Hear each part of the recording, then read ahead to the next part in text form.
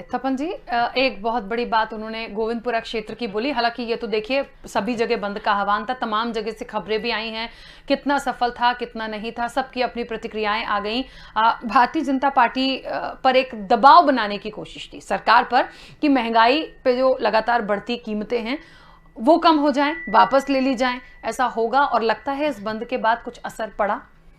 राखी जी, मुझे यहाँ आज की परिस्थितियों में एक कहावत याद आ रही है, काणे को मत काणा कहिए, काणा जाएगा रूठ, धीरे धीरे पूछ लो भैया कैसे गई फूट। इसका तात्पर्य यह है कि 5 पीढ़ियों से गरीबी हटाओ का नारा देने वाली कांग्रेस आज गरीबों के नाम पर जो कांव कर रही है और बंद बुलाने के लिए सफलता का जो दावा कर रही है, तो सबसे पहले तो ब्रजभूषण जी यही बता दें कि इस बंद के लिए आह्वान की गई बैठक में कितना गांधीवाद का पालन किया गया, आपस में कैसी सिर्फ फोड़ू हुई, कितनी सद्भावना थी, कितनी सर्वसहमति थी, कितनी एकता थी।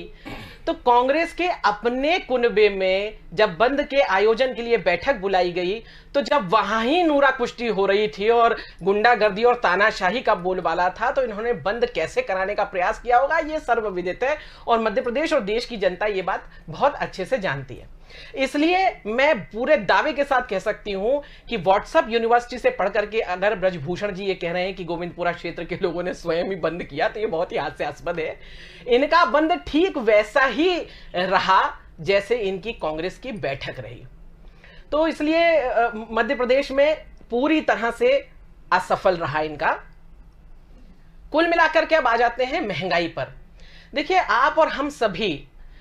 पारिवारिक लोग हैं, सामाजिक लोग हैं और हम सभी जानते हैं कि जब परिवार में किसी तरह की संघर्ष का समय आता है, किसी तरह के दुख का समय आता है या सुख का समय आता है, या हम अधिक आह्लादित होते हैं या कोई हमारा टारगेट होता है किसी आयोजन को लेकर के, चाहे वो बेटी का विवाह हो, बेटे का विवाह हो, या किसी की पढ़ाई हो या किसी की बीमारी हो,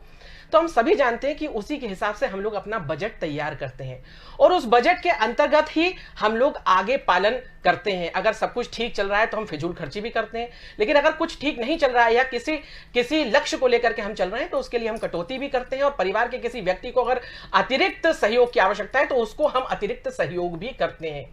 ठीक वैसे ही भारत देश भी हमारा घर है और उस घर में पिछले 1 वर्षों से कोरोना की वैश्विक महामारी आई हुई है जो पूरे विश्व में फैली हुई है और पूरे विश्व की अर्थव्यवस्था इससे डगमगाई हुई है, ये सभी को पता है। ऐसी परिस्थितियों में पिछले 1 वर्षों में जब आप गौर करते हैं तो आप देखते हैं कि आत्मनिर्भर भारत की ओर, जहां एक और हम लोग बाहर से आयात करते थे वेंटिलेटर, आज हम निर्यात कर रहे हैं। चाहे आप मास्क देख लीजिए, चाहे आप पीपीटी किट देख लीजिए, सैनिटाइजर देख लीजिए, या जिस तरह से हम लोगों ने सेना को सशक्त किया है। आप याद कीजिए 26/11 के आक्रमण के बाद जब सेना चाहती थी कि पाकिस्तान को धराशायी किया जाए, कांग्रेस ने कह दिया नहीं भैया उनके पास परमाणु बम है। आज हम घर में घुस के मारे हैं और चीन को कोरोना काल में जिस तरह से हमने पटक पटक के मारा है, यह सर्वविदित है। तो जिस तरह से देश को चारों दिशाओं में हमने सुरक्षित रखा, जिस तरह से वैक्सीन पर काम हुआ कि 2020 में हमारे पास मास्क नहीं था, आज हमारे पास अपनी स्वदेशी 3 वैक्सीन है, या जिस तरह से आप वाईफाई को देख लीजिए, या आप सोलर पैनल को देख लीजिए, या आप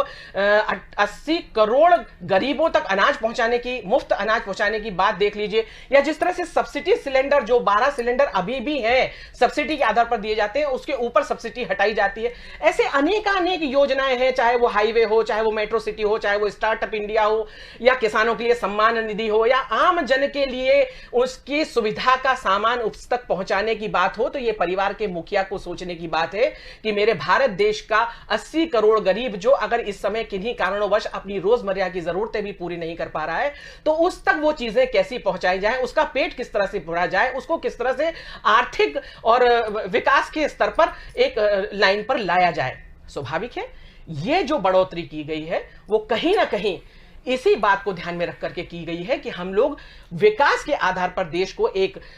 सही राह पर ला पाए। क्षणिक है ये वृद्धि, मैं पूरे दावे के साथ कह सकती हूं, और कुछ ही समय में हम लोग इसको देखेंगे कि ये हटा ली गई है। लेकिन अगर आप गौर करें कि कांग्रेस का ढोंग वहां पर और खास तौर से उजागर हो जाता है कि जब 2018 के चुनावों में कमलनाथ जी प्रचार प्रसार के लिए निकले थे तो उन्होंने कहा था कि हम अगर जीत गए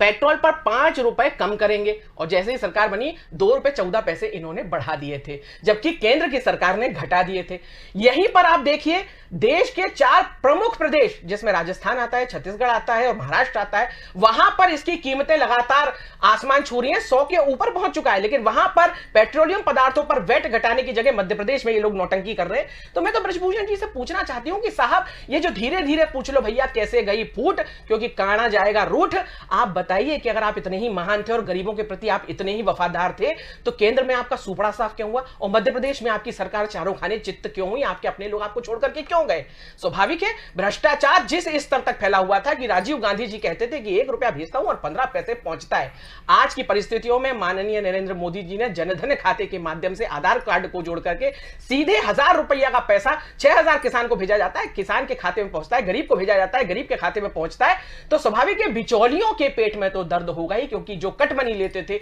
जो बीच में